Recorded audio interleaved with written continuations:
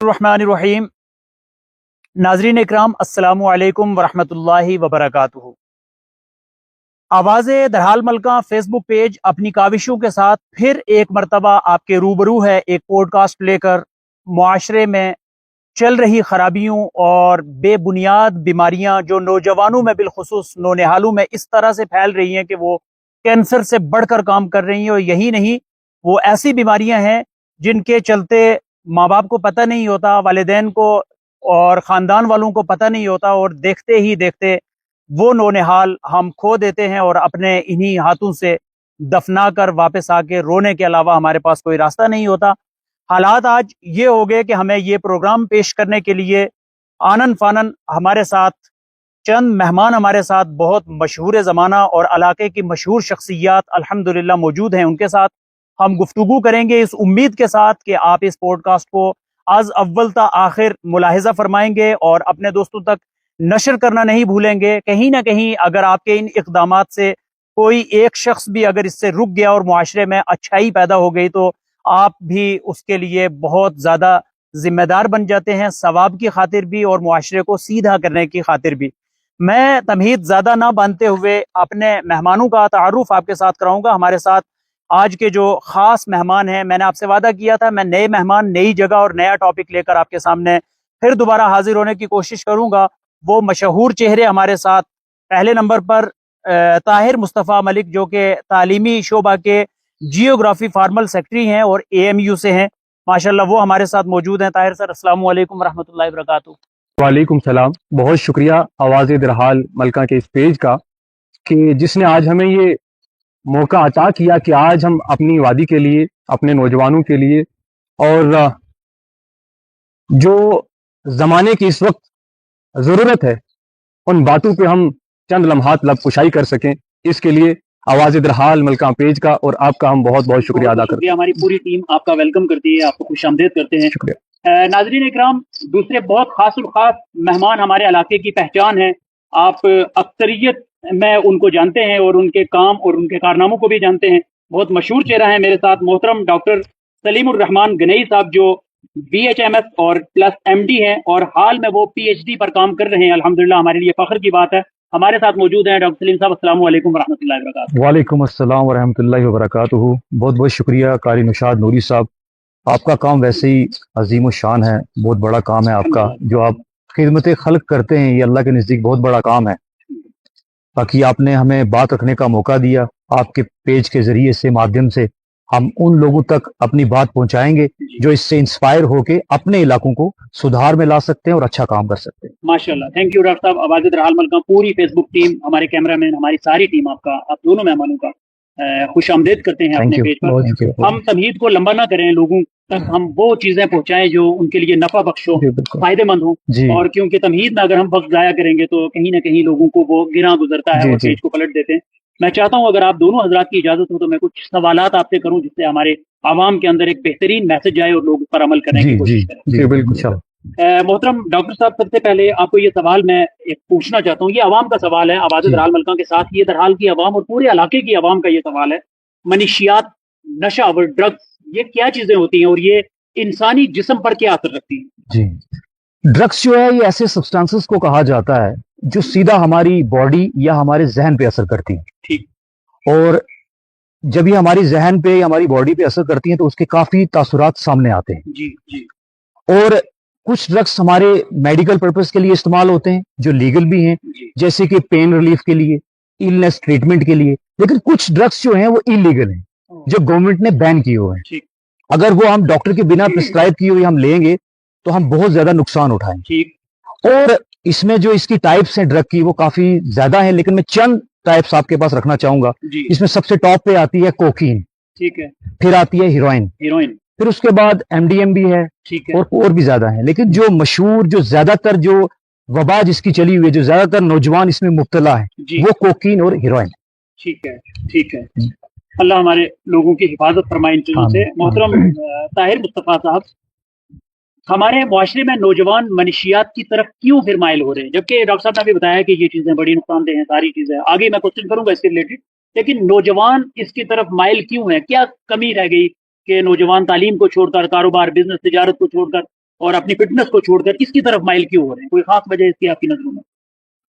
नौशाद नूरी जी, ये बहुत एक बेहतरीन सवाल है आपका। मैं इस पे बात करना चाहूंगा कि आज हमारा नौजवान जो है वो वादी दरहाल ही नहीं बल्कि जम्मू कश्मीर में जी क्यों मनशियात में मुब्तला है।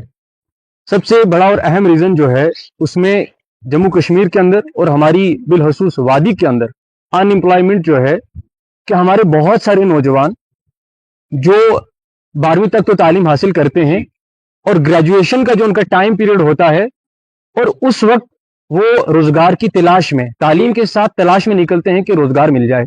लेकिन जब बच्चे को रोजगार नहीं मिलता तो वो बहुत सारे स्ट्रेस से, एंजाइटी से वो परेशान हो रहा होता है और उसके चलते वो मनशियात की तरफ जो है वो उसका रास्ता इख्तियार करता है। साथ ही साथ में कि बच्चे जब 12वीं क्लास के अंदर हों या 10वीं क्लास के अंदर हों, आप यूं मान लें कि 17 साल का 18 साल का बच्चा कि उनको जरूरत है कैरियर काउंसलिंग की, गाइडेंस की जरूरत है, उनके लिए स्पोर्ट्स की जरूरत है, स्पोर्ट एक्टिविटीज की जरूरत है कि जहां पे बच्चों को सोसाइटी पुशअप करे कि उनको उन चीजों में इन्वॉल्व किया जाए। और ये एक माशरे के अंदर बहुत बड़ी कमी है। अगर आप न्यूज में देखेंगे या पेपर्स में देखेंगे, हालांकि ये सारी चीजें होती हैं, ठीक है, लेकिन सही मानों में, रियलिटी में ये सारी चीजें कहीं पे एग्जिस्ट नहीं करती हैं। और यही एक बड़ा रीजन है कि जिसकी वजह से हमारे नौजवान तालीम को छोड़ करके, खेल कूद को छोड़ करके तो वो नशियात की तरफ लगातार जो है वो बढ़ते जा रहे हैं। मतलब खुलासा आपके जवाब का ये था कि अगर जिन चीजों की उस वक्त में जरूरत है अगर वो नहीं मिलेंगी तो हाल यही होगा। बिल्कुल बिल्कुल बिल्कुल, हाँ, कि जब उनको सही वे नहीं मिल रहा है, राइट डायरेक्शन नहीं है उनके पास, राइट ऑप्शन नहीं है, तो वो ऑटोमेटिकली डाइवर्ट हो रहे हैं मनशियात की तरफ। बिल्कुल डॉक्टर साहब, बहुत खूबसूरत जवाब दिया साहब ने। मैं आपसे इसी के मुतालिक एक और क्वेश्चन दे दूं आपको। मैं समझता हूं कि जरूरी है हमारी आवाम के सामने ये उजागर हो जाए जी। मनशियात, जैसा आपने अक़साम तो कुछ चीजें बता दी हैं कि कौन कौन सी हैं, लेकिन कसरत से इस्तेमाल होने वाली चीज कौन सी गिनवाई थी आपने, उसको दोहरा दे जरा। देखिए, इसमें दो चीजें जो हैं मैं आपको नाम लेना चाहूंगा, एक कोकीन है, एक हेरोइन। ठीक है, और इन दोनों को मैं अच्छे से इलेबोरेट करूं, इसको मैं बता दूं कि ये क्या होते हैं और इसके नुकसानियात क्या हैं, हमें फिर हमसे बचेंगे कैसे। सबसे पहले जो हमारा कोकीन है, ये जब जो लोग ये लेते हैं, जब इसका जो नशा करते हैं, तो ये हमारा सीधा कारी साहब दिमाग और हमारे नर्वस सिस्टम पे इसका अटैक होता है। और उससे होता यह है कि हमारा नर्वस सिस्टम बहुत ज्यादा एक्टिव हो जाता है। जब वो एक्टिव होता है, लेकिन होता ये सिर्फ टेम्परेरी टाइम के लिए, कुछ वक्त के लिए होता है। और जब ये एक्टिव होता है तो उससे ये होता है कि आप अपने आप को बहुत ज्यादा एक्टिव महसूस करोगे, बूस्ट अप महसूस करोगे, बहुत ज्यादा खुशी फील करोगे। जब ये हुआ होता ठीक है। लेकिन जब इसका नशा उतरता है तो इसके इतने नुकसानात वो ये होते हैं कि दिल की धड़कन तेज हो जाती है और आपको बहुत ज्यादा गुस्सा, टेंशन, एंजाइटी आपकी बढ़ जाती है। और दोबारा से क्या होता है इंसान को कि दोबारा से जहन उसी फील को, उसी चीज को दोबारा पाने की लत लगती है, इससे इंसान एडिक्टेड हो जाता है। दूसरा जो कारी साहब आपने बताया जो हेरोइन है, पहले मैं आपको इसका बता दूं कि जो कोकीन के बारे में कहा आपने, पूछा आपने, तो कोकीन जो है असल में ये कोका प्लांट है जिसकी पत्तियों से ये बनती है। और ये जो कोका प्लांट है ये साउथ अमेरिका में ये प्लांट उगता है, ठीक है। और एक स्टिमुलेटिंग ड्रग्स है ये। उसके बाद दूसरा जो मैं आपको बताऊं, जो अवाम हमारी जितने भी यंग यूथ जितनी भी हमारी इसमें मुब्तला है, वो हेरोइन। हेरोइन एक ऐसा पावरफुल, एक ऐसा डेंजरस नशा और ड्रग है जो हमें, जब इस इंसान इसको ये चीज लेता है तो वो लेजीनेस फील करता है, सुस्ती फील करता है, नींद का गलबा उसमें ये चीज रहती है। और उसमें ये होता है कि उसके बाद जब ये फॉर द टाइम के लिए ये भी होता है, जब वो इसको छोड़ता है उसके बाद ये होता है कि उसको कॉन्स्टिपेशन, वॉमिटिंग और उसके बाद टेंशन, ये चीजें उसमें ज्यादा आ जाती है। नाज़रीन, बहुत बेहतरीन अंदाज में डॉक्टर साहब ने एक्सप्लेन किया है ये मनशियात का, और खासकर ये जो दो चीजें हेरोइन और कोकीन का बताया, आपको बखूबी समझ गए होंगे। मैं चाहता हूं कि इस जवाब के बाद वालिदैन को और मुआशरे में बड़े भाइयों को और असातिज़ा को, अपने तलबा पर और आपके अंडर जो लोग काम करते हैं, इन तमाम के ऊपर नजर रखनी चाहिए कि इस तरह की अगर कमजोरियां उसमें पाई जाती हैं तो डॉक्टर साहब मैं समझता हूँ कि कहीं ना कहीं वो इन चीजों में इन्वॉल्व हैं और वो शामिल हैं इसमें, इसलिए आप उनके ऊपर कड़ी निगरानी रखें। ताहिर साहब, दूसरा क्वेश्चन मैं आपसे ये रखूंगा कि आपको लगता है कि मनशियात नौजवानों की जिंदगियों को तबाह कर रही है? कारी साहब, ये बहुत ही, मैं इसे भी कहूंगा कि बेहतरीन सवाल है। और मैं जितने भी हमारे व्यूअर्स हैं जो इस पॉइंट को सुनेंगे, मैं उनसे ये कहूंगा कि इस पॉइंट को बारीकी से सुनें। आज जम्मू कश्मीर, पहले हम ये हिंदुस्तान की अगर बात करें तो जिसमें पंजाब, हरियाणा जो था, उसमें मनशियात की जद में जितनी भी नौजवान नस्ल थी ठीक है। वो थी। लेकिन आज ये वो जम्मू कश्मीर के जिसको क्राउन ऑफ हिंदुस्तान कहा जाता है, क्राउन ऑफ इंडिया कहा जाता है। बिल्कुल बिल्कुल। तो आज अगर हम हिंदुस्तान की बात करें तो हमें बुलेट की जरूरत नहीं कि हमें कोई बुलेट से मारेगा, ठीक। हमें बम की भी जरूरत नहीं कि कोई बम से हमें मारेगा या हमें खत्म कर सकता है। ठीक है। लेकिन ये एक ऐसा बुलेट है, मनशियात, ये एक ऐसा सब्सटेंस है कि जो नौजवान एक बार इसको कंज्यूम करेगा उसकी ऐसी एडिक्शन है कि नौजवान कभी उसे छोड़ नहीं सकता। और जिसने इसको कंज्यूम किया उसकी जो अटेंशन, जो पॉजिटिव उसकी एनर्जी थी वो सारी डाइवर्ट होगी नेगेटिविटी की तरफ।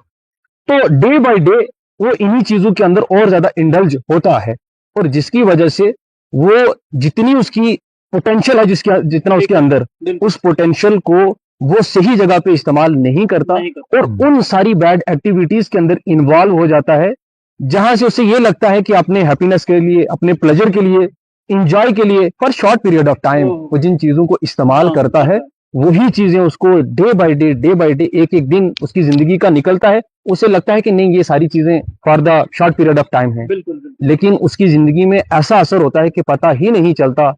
तो वो अपने आप को ही नहीं बल्कि पूरी फैमिली को, पूरे फ्रेंड सर्कल को लेकर के, पूरे सोसाइटी को लेकर के तो वो डार्कनेस में चला जाता है। डॉक्टर साहब इसी में एक सवाल और खड़ा हो गया, जबकि हमारे पास ये ऐसा क्या है, यानी बहुत सारे हमने देखा स्मोकर कोशिश करते हैं ये धूम्रपान वगैरह छोड़ देते हैं, सिगरेट पीना छोड़ देते हैं। हमने बहुत सारे शराबी ऐसे सुने जो किसी वक्त में अलायाजुबिल्लाह शराबी थे और आज वो फर्स्ट क्लास में बेहतरीन है। लेकिन कहीं ना कहीं मुआशरे में आप जैसे पढ़े लिखे लोगों से हमने ये सुना है कि ये एक ऐसी वबा है कि जिसकी शुरुआत होने के बाद बस अल्लाह का करम ही हो तो वो बंदा छोड़ सके, अदरवाइज उसके जिस्म में ऐसी कौन सी चीजें पैदा हो जाती हैं जो मरते दम तक यानी उसको वो छोड़ नहीं सकता और वो उसको चाहिए। और मैं माजूद चाहूंगा, क्वेश्चन लंबा हो गया, आपने नाज़रीन से भी, आपसे भी, कहीं ना कहीं हमने ये देखा है कि कुछ तो ऐसे एडिक्ट हैं, आदी हो चुके हैं कि उनको वालिदैन रोजाना का पे कर रहे हैं कि इतना पैसा आप लीजिए, सही वो बेचारे फिर मरने का इंतजार कर रहे हैं या फिर वो मजबूर है कि ये क्या कर लेगा तो वो इतना पैसे दे रहे हैं। ऐसे कौन से जरासीम जिस्म में पैदा हो जाते हैं? देखिए कार साहब, पहली मैं 3 चीजें आपको बताना चाहूंगा।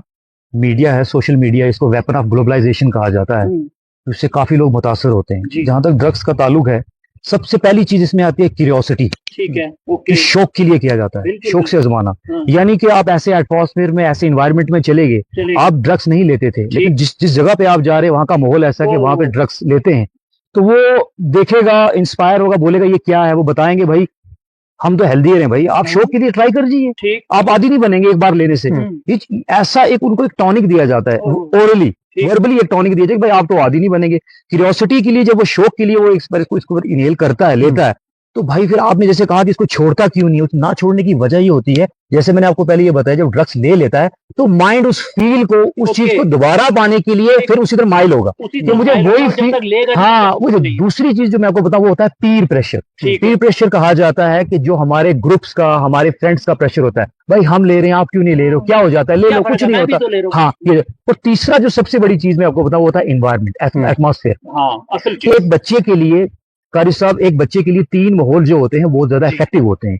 एक घर का माहौल, एक मोहल्ले का माहौल और एक स्कूल का माहौल। ये तीनों माहौल बच्चे पे बहुत मुतासिर करते हैं, उसके फ्यूचर को डिपेंड करते हैं कि वो बच्चा किस तरीके से आगे अपनी लाइफ को बिताएगा। तो इन चीजों को मद्देनजर रखते हुए बच्चा जब क्या करता है कि ऐसे एटमॉस्फेयर में चला जाता है, वो क्यूरियोसिटी की वजह से या पीर प्रेशर की वजह से जब वो इसको लेना शुरू करता है तो वो इसकी लत लग जाती है, वो एडिक्टेड हो जाता है, इसको छोड़ नहीं पाता, क्योंकि उसका माइंड सेटअप जो होता है ना, वो बार बार उस चीज के लिए उसको प्रेशर करता है कि मुझे वो फील चाहिए, वो चीज चाहिए, इसलिए उसी लत में वो डूबा रहता है। ठीक, नाज़रीन बहुत बखूबी समझ गए होंगे। ताहिर सर, अगली चीज मैं आपको जो पूछने की कोशिश कर रहा हूँ वो भी एक बहुत जरूरी सवाल है। क्वेश्चन तो सारे बहुत जरूरी है, मेरे पास बड़ी लंबी फहरिस्त है। नाज़रीन अजान का इंतजार कर लेते हैं, 1 मिनट को। बिस्मिल्लाहिर्रहमानिर्रहीम। अजान के मुंतज़िर थे हम, अल्हम्दुलिल्लाह अजान मुकम्मल हो चुकी और फिर से हम वापस शुरू हैं। ताहिर सर, वक्त को बचाते हुए आपके इल्म में कभी आया कि कितने नौजवान अब तक मनशियात इन ड्रग्स की वजह से अपनी जानें गंवा चुके हैं? जी, इसमें मैं बात करना चाहूंगा कि एज पर द सोर्स विकिपीडिया के सोशल जस्टिस और एक स्टैंडिंग कमेटी है, उसके मुताबिक हम पहले परसेंटेज की मैं आपको बात बताता चलूं। जम्मू एंड कश्मीर के अंदर जो 10 साल से लेकर के 17 साल तक के नौजवान हैं, 1,68,700 जो नौजवान जो ड्रग्स ले रहे हैं। और ये 2023 की रिपोर्ट बता रहा हूं जो विकिपीडिया पे मौजूद है, उसमें 8% जो हमारे जम्मू एंड कश्मीर का पॉपुलेशन है 8% यूथ जो है वो ड्रग्स में इन्वॉल्व हैं। ये आंकड़ा कहाँ, खाली इंडिया का लिया? ये जम्मू एंड कश्मीर का मैं बात बता रहा हूँ, जम्मू एंड कश्मीर का, कि अगर आप विकिपीडिया पे सर्च करेंगे तो 8% जो यूथ है जम्मू एंड कश्मीर का जो इन्वॉल्व है ड्रग्स के अंदर, ठीक है। और जो ड्रग्स कंटिन्यूसली ले रहा है, सम टाइम ले रहा है छोड़ रहा है, ले रहा है छोड़ रहा है, उसमें 13 लाख जो है उससे अबव जो है वो एडिक्टेड है हमारे यूथ, और उनकी एज वो 10 से लेकर के 65 ईयर तक, इंक्लूडिंग उसमें नौजवान भी हैं और बुजुर्ग भी हैं जो शिकार हैं। और वहीं अगर हम दूसरी तरफ बात करें कि हमारे एरिया में, हमारे इलाके में या जिला के अंदर कितने लोग, कितने नौजवान जो हैं वो लुकमा अजल हो गए ड्यू टू द ड्रग्स की एडिक्शन की वजह से।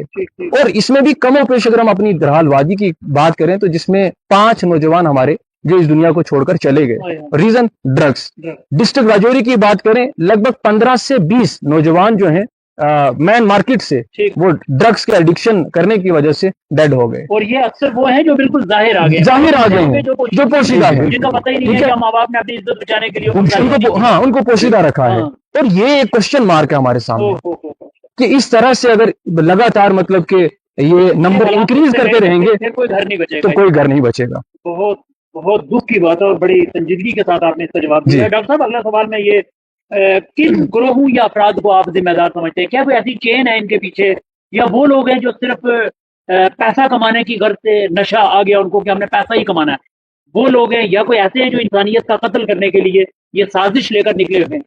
नहीं डॉक्टर साहब, बहुत अहम और बहुत मकसद का सवाल आपने किया है। इसके मुतालिक से मैं ये आपको बताऊं कि मेरा जो नुक्ता फिक्र इसमें है, मेरा जो ओपिनियन है, मैं इसको जिम्मेवार जो मैं इसमें मानता हूँ वो सोसाइटी को मानता हूँ। ठीक है, बिल्कुल। इसलिए कि जो चीज सोसाइटी को पता होती है वो शायद ही कमो पेश किसी और को पता हो। यानी कि मैं बात कर रहा हूँ जैसे हमारा पुलिस डिपार्टमेंट है, वो भी अपना काम सरंजाम अच्छे से कर रहा है, लेकिन कुछ सोसाइटी पे भी रिस्पॉन्सिबिलिटीज है। हाँ बिल्कुल, सोसाइटी, हाँ, ये सोसाइटी जो है ये जिम्मेवार इसलिए है कि भाई आप इस चीज को हाइड करते हो, छुपाते हो। आप क्यों छुपा रहे हो? आपका छुपाना किसी की मौत का सबब बन रहा है। आपके नौजवान जो है वो बढ़ रहे हैं, इसमें मुब्तला हो रहे हैं, आप इसको हाइड मत कीजिए। अब डॉक्टर पेशे से मैं एक बात करूं, बीमारी को जितना खुल के बताया जाए उतना खुल के इलाज होता है, उसका इलाज उतना सफाई से होता है। सोसाइटी जो है उसका मेन रोल पड़ता है कि अगर आपके एरिया में, ठीक है, आपकी जिम्मेदारी इतनी है कि आपके एरिया में अगर कोई ऐसी वबा आई है, कोई जो नौजवान मुब्तला है, तो आपका फर्ज बनता है भाई आप इसको ऊपर तक ले जाएं। आप देखें कि कौन से लोग इससे जुड़े जिससे हमारा बच्चा इससे बच सकता है। तो मेरा नुक्ता फिक्र यही है कारी साहब की सोसाइटी इसमें ज्यादा इन्वॉल्व है, वो रिस्पॉन्सिबल है, वो उसको चाहे अगर स्टैंड ले, सपोर्ट ले तो उसको रोक सकती है, अल्लाह ताला ने खुसूसियात और काबिलियत बख्शी। बिल्कुल बिल्कुल। और ये डॉक्टर साहब आपके सवाल में ही ये चीज मैं एक और बताऊं कि हाल में जो वाकया हमारे इलाके में हुआ है, जी, कहीं ना कहीं ताहिर भाई ये लगता है कि काश जो बातें उसके जनाजे के टाइम या उससे कबल थोड़ी देर पहले या मरने के बाद अब तक हो रही है, कब्र में जाने के बाद, काश ये आज से 2-4 महीने पहले होती तो उस बच्चे के ऊपर या ऐसे अपराध तो चाहिए नाजरीन ये कि अगर इस तरह का समाज में, सोसाइटी में ऐसा शख्स है तो इस मौत का इंतजार ना करें, उसके मरने के बाद उसके राज फाश ना करें। अब कोशिश करें पहले वो राज निकालें और सोसाइटी के अच्छे लोगों में वो राज निकालें ताकि उसके ऊपर काबू पाया जा सके। ताहिर भाई, अगला ये सवाल आता है इसमें कि पुलिस इस मसले को क्या संजीदगी से ले रही है, आपको क्या लगता है? देखिए सर, इसमें यह है कि ट्रैफिकिंग को रोकने के लिए पुलिस जो है वो अपना भरपूर कोशिश कर रही है और करती भी है, ठीक है, लेकिन हम ये भी नहीं कह सकते कि जितने पुलिस एम्प्लॉयमेंट है, ठीक है, या पूरा जो डिपार्टमेंट है उसमें सारे लोग जो हैं वो मतलब बड़ी बेबाकी के साथ काम कर रहे हैं। सारे लोग नहीं हैं, कुछ लोग हैं, ये बात हकीकत है, कुछ लोग हैं कि जो इस चीज में इन्वॉल्व हैं, लेकिन कुछ लोग हैं कि जो बड़ी हिम्मत, जुर्रत और बहादुरी के साथ काम कर रहे हैं। मैं एक बड़े ऑनेस्ट और डेडिकेटेड आईपीएस ऑफिसर हैं, अमूद नाम है उनका, नागपुर से हैं और इस वक्त उनकी ड्यूटी कश्मीर में है।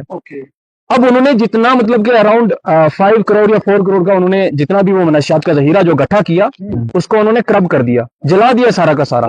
तो वैसे डेडिकेटेड ऑफिसर की हमें जरूरत है कि अगर कहीं से इकट्ठा हो रहा है जो भी सब्सटेंस को इकट्ठा कर रहे हैं उस सारे के सारे सब्सटेंस को डिस्ट्रॉय कर दिया जाए कि ताकि वही जो सब्सटेंस है वो दोबारा सर्कुलेट ना हो। कहीं ना कहीं कोई ऐसा शख्स ना आए जो उसको निकाल कर फिर दोबारा माशरे में उसी को डाल दे। बहुत बड़ी बात है। तो हमें ऐसे ऑफिसर्स की जरूरत है, तो हम ये एक्सपेक्ट करते हैं कि पुलिस जो है हमारे खासकर इलाका के अंदर जी वो एक्टिवली मतलब इस ड्रग्स को रोकने के लिए काम करेगी और जितना सिविल सोसाइटी से होगा हम उनका कोऑपरेट करेंगे। हम उम्मीद करते हैं हमारी जम्मू कश्मीर पुलिस इस पर पहले भी बहुत अच्छा काम कर रही है और हम अपने पेज के जरिए से उनके तक ये पैगाम पहुंचाना चाहते हैं कि हमें उम्मीद है कि आप मुआशरे में मजीद जवां मर्दी के साथ और बहादुरी के साथ जी। पेशरफ्त करेंगे और इस पर रोकथाम करेंगे। डॉक्टर साहब, पुलिस ने अब तक मुनशियात के खिलाफ क्या इकदाम उठाए? देखिए, पुलिस डिपार्टमेंट बड़ा अच्छा स्टेप इसमें उठाती है, काफी ज्यादा ऑर्गेनाइजेशंस भी हैं। पुलिस इसमें सोसाइटी को भी जो लैक अवेयरनेस की वजह से लोगों को मालूमात नहीं है, उसमें पुलिस का काफी अच्छा रुझान है। और पुलिस डिपार्टमेंट मतलब लोगों को बता रही है कि आप अवेयरनेस कैंप लगाइए, आप जो है वर्कशॉप अवेयरनेस कैंप लगाइए, आप पैम्पलेट्स की मदद से हेल्प की मदद से वो कर सकते हैं। तो पुलिस डिपार्टमेंट के ऐसे काफी सारे काम हैं जो सिविल सोसाइटी के लिए हैं, लेकिन कार साहब उसमें एक बुनियादी बात यह है, उसमें सोसाइटी को भी ताउन देना होगा। बिल्कुल, यानी दो आप जो है वो कहते हैं मुहावरा के ताली जो है वो दोनों हाथों से बजती है। जिस तरीके से पुलिस डिपार्टमेंट इसमें शाना बशाना है, उस तरह सोसाइटी को भी हमें शाना बशाना रहना पड़ेगा। रहना चाहिए। लेकिन कानून सबके लिए है, हमें कानून को इस्तेमाल करने का रास्ता पता होना चाहिए, जरूर हमारी मदद होगी। पुलिस डिपार्टमेंट से बिल्कुल स्ट्रिक्ट है। आप देख लीजिए, आप न्यूज सुनते हैं, आप सोशल मीडिया को इस्तेमाल करते हैं, आप देख लीजिए इन्होंने कितने बड़े बड़े स्टेप्स उठाए हैं, कितने नौजवानों और पंजाब की हालत देख लीजिए। आप जम्मू कश्मीर में जैसे इन्होंने बताया कि जम्मू कश्मीर में ये वबा फैली है, मैं पूरे वर्ल्ड की दावा तो नहीं करता हूँ कि मैं पूरे वर्ल्ड का सिस्टम बदल दूंगा, या कम से कम मैं पूरे हिंदुस्तान का ये करूंगा। मेरे जैसे और भी बहुत सारे नौजवान वॉलंटियर हैं जो इस पे काम कर रहे हैं। मैं सिर्फ ये चीज कहता हूँ कि हम अगर कोशिश करेंगे, इंग्लिश में कहावत है, a good beginning makes a good ending. हम अगर अपने इलाके के लिए कम से कम इतना कर सकते हैं कि डिपार्टमेंट जो हमसे जिम्मेदारी मांग रहा है, हम उस पर भरपूर तरीके से उतर जाएं। हम जो पुलिस डिपार्टमेंट को हैं वो उस पर हमारे साथ शाना बिशाना है। इस तरीके से हम मिल बांट के इस वबा को इंशाल्लाह के फजल करम से रोक सकते हैं, इस पे थाम लगा सकते हैं। ताहिर भाई, आप माशाल्लाह से तालीमी निज़ाम से गुजर रहे हैं और तालीम का बेहतरीन इल्म और अदब का काम कर रहे हैं आप इस वक्त। बहुत अच्छे शोबा जाते हैं आपके। मैं कहीं ना कहीं ये बताऊंगा, इस असातिज़ा का जिक्र है इसलिए आपके लिए ये तमीज़ मैंने बांधी है। वालिदैन और असातिज़ा और मुआशरे के अंदर इस तरह की बुराई के खिलाफ वालिदैन को और असातिज़ा को क्या किरदार अपना अदा करना चाहिए, जिससे कहीं ना कहीं उस्तादों की नज़र में रहे, बड़ों की नज़र में रहे, माँ बाप के पास से जब बच्चा जा रहा है वो किस तरह की उसके ऊपर नजर रखें उसकी एक्टिविटी पर, जिससे वो ये गिरफ्त कर सकें कि हमारा बच्चा इसमें इन्वॉल्व हुआ है या नहीं हुआ? जी सर, इसमें मैं ये कहना चाहूंगा कि देखिए कि जो बच्चा कंज्यूम कर रहा है या सप्लाई कर रहा है, अगर हम दोनों तरफ से देखें तो बच्चे हमारे ही हैं। एक टाइम में जो कंज्यूम कर रहा है वो भी मतलब डार्कनेस की तरफ जा रहा है, और जो सप्लाई कर रहा है वो भी डार्कनेस की तरफ जा रहा है। अब सवाल यहाँ पे ये है कि हमने ऐसा क्या करें, उसमें टीचर्स या पेरेंट्स ऐसा क्या करें कि ताकि बच्चों के ऊपर नजरसानी करी जाए, उनको देखा जाए। सबसे पहला तो मैं ये कहूंगा कि आप बच्चों का वीकली, पहले तो हर दिन आप उनको एनालिसिस करें, ऑब्जर्व करें। और इसमें कोई मतलब शर्म की बात नहीं है कि अगर आपका बच्चा, मेरा सगा भाई, मेरी बहन अगर ड्रग्स में इन्वॉल्व है तो हम उसकी फलाह चाहते हैं, हम उसको चाहते हैं कि हम उसको इस जो गंदा एटमॉस्फेयर है उसको निकाल करके बाहर लाएं। तो हम उसकी अगर बेहतरी चाहते हैं तो इसमें हमें शर्माना नहीं चाहिए। तो उसको ऑब्जर्व करें कि अगर हम वो सुबह कहीं जा रहा है तो वो कहाँ जा रहा है, मार्केट का बहाना देकर कहीं और तो नहीं जा रहा, नजर रखें मार्केट में गया, वो किस फ्रेंड सर्कल, हाँ उसका फ्रेंड सर्कल कौन सा है, डीपली एनालिसिस करें। ठीक है, आज आपको ये नहीं है कि हाँ उसका फ्रेंड सर्कल मतलब ठीक है वो पार्टी में जा रहे हैं। आज तो ट्रेंड ऐसा चल चुका है कि बच्चे जंगल में जाकर के इंटरटेन कर रहे हैं, बच्चे मार्केट में जाकर के इंटरटेन कर रहे हैं, लेकिन उस इंटरटेन के साथ साथ वो किन चीजों का इस्तेमाल कर रहे हैं ये हमें एनालिसिस करने की जरूरत है। तीसरा कि जब अगर उनको हम टाइम जो है वो मार्क करें कि हाँ अगर हमारा बच्चा सुबह 7 बजे निकल रहा है तो रात 7 वो घर लौटना चाहिए। अगर वो रात 12 बजे, 11 बजे, 1 बजे घर लौट रहा है तो उसका रीजन क्या है, वाई, वो हमें पूछना चाहिए। और फिर हर दिन, हर सुबह जितने भी पेरेंट्स हैं, टीचर्स हैं, अगर स्कूल में बच्चा आ रहा है तो खामोशी के साथ बच्चे की उस आइडेंटिटी को भी पोशीदा रख के खामोशी से बच्चे के बैग को चेक किया जाए कि बच्चा कोई ऐसा सब्सटेंस तो नहीं ला रहा या जिससे मतलब कि कल को उसकी जान पे या बाकी अदर स्टूडेंट्स पे मतलब के असर हो सकता है।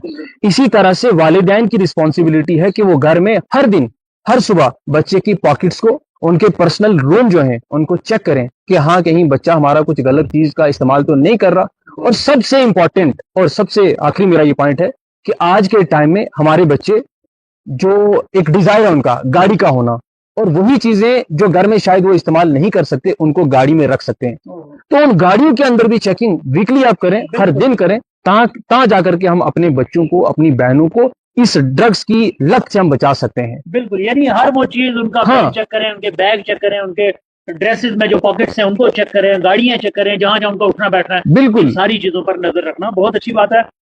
डॉक्टर साहब, गालिबन आखिरी सवाल की तरफ ही हम आ रहे हैं। एक एक सवाल आप दोनों मेहमानों के लिए बचा है। आपको बहुत शुक्रिया इतना टाइम दिया। ये मनशियात से खुद को और अपने मुआशरे को कैसे बचाया जा सकता है? बड़ा अहम सवाल किया, इसी का इंतजार कर रहा था आपका। सबसे पहली बात है कि हमें कम्युनिटी अवेयरनेस कैंप लगाने होंगे। अच्छा जी। और हमें वर्कशॉप अवेयरनेस कैंप लगाने होंगे। आप मैं ये बता दूं कि वर्कशॉप अवेयरनेस कैंप और कम्युनिटी अवेयरनेस कैंप में फर्क क्या है। वर्कशॉप अवेयरनेस कैंप उसे कहा जाता है स्मॉल ग्रुप ऑफ पीपल जिसमें इकट्ठा हो, ठीक है, जिसमें 10-12 लोग हो और हम आपस में डिस्कस करें। एक ड्राइव चलाएं।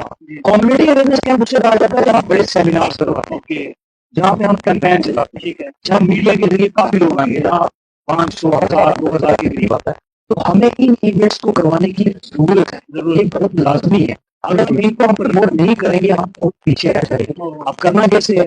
आप देखिए स्कूल है, कॉलेजेस हैं, इनके जरिए आप कर सकते हैं। आप देखिए, मैं अपने इलाके की बात करूँ, जब हम मार्केट से आते हैं या जाते हैं, कोई कोटेशन ड्रग्स के रिलेटेड हमारे यहाँ पे नहीं है, कोई पैम्फलेट नहीं है, कोई बैनर नहीं है। महीने में कितने इवेंट्स होते हैं। हालांकि जिस तरीके से हमारे बच्चों की यहाँ कुर्बानियां लग रही हैं, बच्चे मौत से घायल हो रहे, शिकार हो रहे हैं, आपने कितने इवेंट्स करवाए हैं, कितने सेमिनार्स करवाए? मैंने आपके चैनल के माध्यम से गालिबन 2 महीने पहले भी यहाँ पे ड्रग्स के रिलेटेड एक इंटरव्यू दिया था। बिल्कुल ये चीज होना चाहिए, हमें ये चीज मिलनी चाहिए, हमें ड्रोन मिले या जो भी मिले। लेकिन मैं ये कह रहा हूँ कि साथ में जो बुनियादी चीज जो ताहिर साहब ने मुझे ये बताई है, इसके रिलेटेड मैं बताऊँ, पेरेंटल सपोर्ट होना खाली साहब बहुत जरूरी है। अब पेरेंटल सपोर्ट कैसे होगी? आपको जितने भी पेरेंट्स हैं आपके जरिए से सुन रहे हैं, चैनल के जरिए से, उनको अपने बच्चे से बिल्कुल ये कहते हैं कि फ्रेंडली बिहेवियर रखना। हाँ, आपका बिहेवियर अपने बच्चों की बड़ा पोशादा और फ्रेंडली हो, ताकि बच्चे खुल के आपसे बात कर सकें। आपका ऐसा बिहेवियर ना हो कि बच्चे आप घर में आए तो बच्चे दुबक जाएंगे, वो सहमते नहीं। आजकल का इन्वायरमेंट ऐसा बन चुका है, सबसे ज्यादा गाइडेंस होती है अपने पेरेंट्स की होती है। आप मानते हैं कि बुनियादी बात के बच्चों को ज्यादा असर अपने माँ बाप का ही होता है। तो माँ बाप का जब फ्रेंडली बिहेवियर होगा तो बच्चे खुद पूछेंगे, तो तासुरात तो चेहरे पे आ जाते हैं। माँ बाप को उनकी तब्दीली का पता तो चल जाता है। सुबह शाम के बच्चा हमारा किस तरह की एक्टिविटी में मुब्तला हो गया, तो बच्चे की एक्टिविटी ऐसे नोट करें तो बच्चे से बड़ा फ्रेंडली बिहेवियर, बेटा क्या है, इसमें क्या चीजें हैं, किसी में मुब्तला हो, ताकि वो इस चीज पर गौर फिक्र करके इससे हम बचा सकें। दूसरा कम्युनिटी अवेयरनेस के लिए मैंने आपको बता दिया, हमने आपका वर्कशॉप के लिए आपको बता दिया, दूसरा स्कूल कॉलेज के जरिए हमें बता दिया। और जहाँ तक हमारे डिफेंस का जो काम है हम उनका भी जा सकते हैं, तो इस तरीके से हम जो है इसको बता सकते हैं और रोक सकते हैं। माशाल्लाह, बहुत। ताहिर भाई, आखिरी क्वेश्चन आपको रुकी में, आपकी क्लोजिंग भी आपने कंक्लूजन भी करना है। आप नौजवानों को क्या पैगाम देना चाहेंगे जो मनशियात से मुतासिर हो रहे हैं? मैं खुद भी नौजवान हूं और अक्सर मेरी फिक्र रहती है अपने नौजवानों के लिए, समाज के लिए। मैं सबसे पहले तो ये कहना चाहूंगा तमाम नौजवानों को कि आज वक्त है कि जहां पे एक तरफ एलन मास्क जैसे लोग आसमान की बुलंदियों को छू रहे हैं, वो एक नई दुनिया कायम करना चाहते हैं, और वहीं हम अगर अपनी बात करें, जहां पे आज हमारे नौजवान ड्रग्स से एडिक्टेड हैं, उनका दिन ही नहीं गुजर पाता कि जब तक वो मनशियात के इन सब्सटेंसेस को कंज्यूम ना करें या ना लें। तो इस सिलसिले में मेरे कुछ एक सवाल भी है, वो सवाल अपने जितने भी हमारे पॉलिटिकल या सोशल एक्टिविस्ट्स हैं उनसे है। कल हमारे यहाँ पे दरहाल में ही उजहान में एक वॉलीबॉल का मैच हुआ है, टूर्नामेंट हुआ है। तो उससे कबल नौजवानों ने मेरे को ये चीज कही, मुझे ये चीज कही कि सर हमारे यहाँ पे प्लीज आप एक हमारे पास ग्राउंड होना चाहिए। ठीक। तो जो लैक है हमारे पास वो ग्राउंड की है, जो लैक है वो हमारे पास रिसोर्सिस की है या फंड्स की है। ठीक। तो जब हमारे पास जितने भी नौजवान हैं उनमें बहुत ज्यादा पोटेंशियल है, वो कैपेबल है कि वो यहीं का नौजवान हमारी दरहाल का वो इंडिया को इंटरनेशनल लेवल पे, बैनुल अक़वामी सतह पे रिप्रेजेंट कर सकता है। लेकिन हमारे पास उन नौजवानों को आगे धकेलने के लिए एक प्रॉपर चैनलाइज हम जिसे कहेंगे कि पाथ नहीं है। कि जहां पे हम उनको पुशअप कर सकें आगे की तरफ। और उसके ऊपर वो जी, रवा रहे हैं। तो जितने भी हमारे नौजवान हैं वो खुद पहले से ही कोशिश कर रहे हैं हर एक फील्ड में। आप देखें डिफेंस में वो जा रहे हैं, हर जगह। वो देखें कि जितनी भी हमारी गेम्स हैं, स्पोर्ट्स एक्टिविटीज हैं, उनमें वो अपने आप को खुद से ही इन्वॉल्व कर रहे हैं। और कहीं ना कहीं आप देखें कि हमारे अभी कितने सारे राजौरी के अंदर या कश्मीर के अंदर टूर्नामेंट हुए, हमारे लड़के यहां से वहां तक खेलने जाते हैं। तो हमें चाहिए कि हमारे जितने भी नौजवान हैं वो अपने आप को ज्यादा से ज्यादा स्पोर्ट्स एक्टिविटीज के अंदर, और आज सबसे बड़ा अगर हथियार कोई है तो वो तालीम है, तो उसमें ज्यादा से ज्यादा टाइम अपना लाइब्रेरीज के अंदर, ज्यादा से ज्यादा टाइम जो है, जब इंसान को कहते हैं कि कहीं पे दिल नहीं लगता है तो उसको अपना रूह जो है वो मस्जिद की तरफ रुजू करना चाहिए। तो जब आपका मन कहीं पे नहीं लगता तो मैं नौजवानों से यही एक मतलब मेरा पैगाम है कि वो मस्जिदों की तरफ रुख करें। मस्जिद में मोमिन ऐसे आराम और सुकून पाता है कि जैसे एक मछली जो है वो पानी में आराम और इत्मीनान सुकून पाती है। तो आप मस्जिद का रुख करें जहां पे आपको इत्मीनान मिलेगा, सुकून मिलेगा, और हमारी जिंदगियों से ये जो वबा है उससे हम छुटकारा पा सकेंगे। ताहिर भाई, कुरान मजीद फुरकान हमीद में भी अल्लाह ने इरशाद फरमाया, औज़ु बिल्लाहि मिनश शैतानिर रजीम, अला बिज़िक्रिल्लाहि तत्मइन्नुल कुलूब, यानी अपने दिलों को अगर तुम सुकून देना चाहते हो तो अल्लाह का जिक्र करो और उसी से ही सुकून मिलेगा। बड़ी खूबसूरत बात आपने फरमाई है, और इसी अंदाज से वाकई हम अपने नौजवानों को यही पैगाम एक दे सकते हैं। बिल्कुल बिल्कुल। और जितने भी पॉलिटिकल लीडर्स हैं खासकर, मैं उनसे इस चैनल की वसादत से और आपके जो आज आपने अपॉर्चुनिटी फराहम करी है हमें, मैं आपसे ये बात कहना चाहूंगा कि एक बड़े मास लेवल पे हमें गेट टुगेदर होकर के हमारे जितने नौजवान हैं, अगर हम रियली में उनकी पेरेंटल बॉडी है, सिविल सोसाइटी है, या जितने भी बाकी नौजवान हैं, इसमें हमारा ट्रेडर्स जितने भी हैं, अगर उनका कंट्रीब्यूशन होता है, नौजवानों का कंट्रीब्यूशन होता है, तो हम मिलजुल करके एक बेहतरीन स्पोर्ट्स छोटा सा ग्राउंड हो जिसमें चाहे बैडमिंटन और हमारा वॉलीबॉल ही हो, एक ऐसा कोर्ट तैयार करें, आराम से हो जाता है। तो अगर हम अपने नौजवानों की फलाह चाहते हैं तो हम लोगों को मिलजुल करके, तो अगर हम एक 100 रुपया ही शुरू करेंगे तो इंशाल्लाह हम 1 साल के अंदर एक बेहतरीन कोर्ट जो है अपने नौजवानों को दे सकेंगे, और जिससे वो इस वबा से छुटकारा हासिल कर सकते हैं और अपने आप को फिट भी रखें। बिल्कुल बिल्कुल सर। इसी तरह से मैं आपको ये सवाल में सवाल आ गया, कोई एक ऐसा तरीका बताएं, हमने देखा जहां पर इज्तिमाई तौर पर लोग एहतजाज करते हुए और जोर और जबरदस्ती और नारा और ये और वो करते हुए जाते हैं, पहुंचते हैं, और वहां पर जरा सी कोई बात होती है तो कोई अपने मुंह से बात करने के लिए राजी नहीं है, सच्चाई बयान करने के लिए, बस कोई बोले उसको देखकर उसका साथ देने की कोशिश तक नहीं की जाती। कोई ऐसा एक कोई वो दवा ही दे दीजिए, मैं ये कहूँगा एक डोज दे दीजिए, जिससे हमारे अंदर ये हिम्मत रहे कि हम हक को हक और बातिल को बातिल कहने की सलाहियत और कुव्वत रखते हैं। जब एक आवाज उठे तो सब लोग एक होकर उसके लिए सामने आ जाए। बड़ा जरूरी है ये, कोई आपकी दवा दे दे आप। आपने जो सवाल किया इसके मुताबिक सबसे पहले मैं इसका जवाब हदीस से देना चाहूंगा। हज़रत सल्लल्लाहु अलैहि वसल्लम ने इरशाद फरमाया कि उम्मत एक जिस्म की माने, अगर एक हिस्सा जिस्म का दर्द करता है तो पूरी बॉडी जो है वो दर्द करती है। बिल्कुल, इसमें तो कोई दोहराए वाली बात ही नहीं है। ये जितनी भी उम्मत है ये पूरी एक जिस्म के माने जी। आज अगर वो नौजवान दुनिया से गया तो हमारी पूरी जिस्म को दर्द, पूरी उम्मत को दर्द होना चाहिए। इसमें अगर आपको या वो लोग जो को बूस्ट कर रहे हैं, जो चैनल के माध्यम से या ग्राउंड फील्ड में, अगर हम उनको सपोर्ट नहीं करेंगे तो ये हमें सोचे कि बहुत कम रियाई वाली बात है।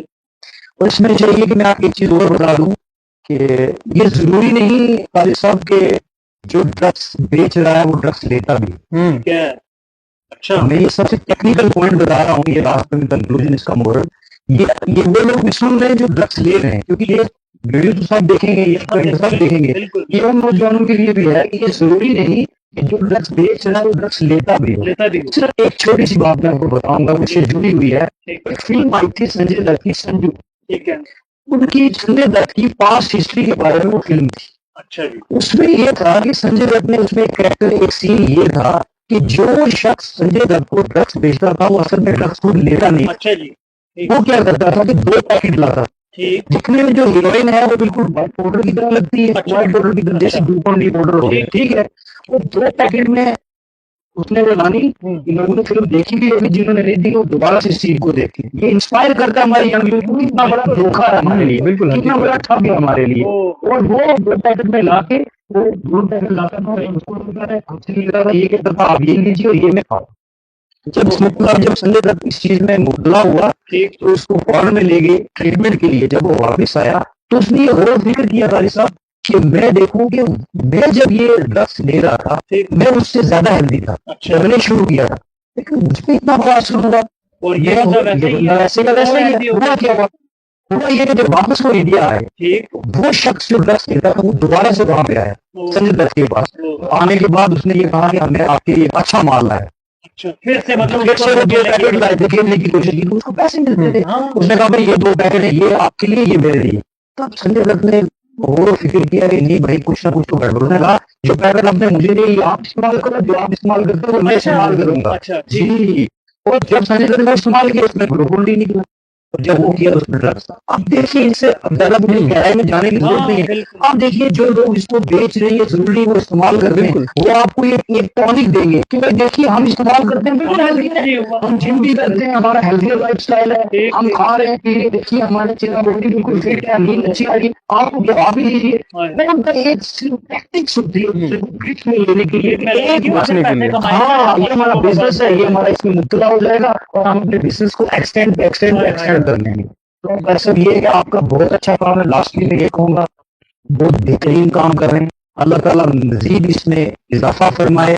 आप हर जरूरियात की जितनी भी चीजें आप उसको बनाते हैं, आवाम तक, आवाम की बात को आप ऊपर तक ले जाते हैं, और जिस चीज के लिए आज हम यहाँ जमा हुए हैं, आपके ताहिर साहब और में हुए हैं, ये आपका अल्लाह ताला का शुक्र अदा करते हैं। साथ में हम आपका भी शुक्रिया अदा करते हैं। आपके चैनल के माध्यम से जितने भी लोग सुन रहे हैं, इस चैनल के जरिए, ये वो चैनल है जो खाली एक टॉपिक को लेके नहीं चलता, हर चीज को लेके चलता है, चाहे स्पोर्ट्स हो, चाहे सोसाइटी का इशू हो, चाहे रेवेन्यू हो, चाहे कोर्ट हो, चाहे स्पोर्ट्स हो, कोई भी चीज हो। तो आप इस चैनल से जुड़े रहिए और इसी तरीके से हम मजीद जितने भी इशूज हैं हम आपके सामने लाते रहेंगे और खालसा से जुड़ते रहेंगे। शुक्रिया, बहुत बहुत शुक्रिया डॉक्टर सलीम साहब, बहुत बहुत शुक्रिया ताहिर सर, बहुत बहुत शुक्रिया। आप दोनों ने अपना बड़ा कीमती वक्त दिया। नाज़रीन, आखिर में मैं ये बताता चलूँ कि ये पॉडकास्ट हमारे लिए बहुत जरूरी इसलिए था कि आपने सारे सवालात और जवाबात खुद ही मुलाहिजा फरमाए हैं। आप इस पर देखिए और अपनी राय कायम कीजिए, और बड़ी मुअद्दबाना मेरी रिक्वेस्ट है कि अज अव्वल से आखिर जरूर देखिए और अपने मुआशरे में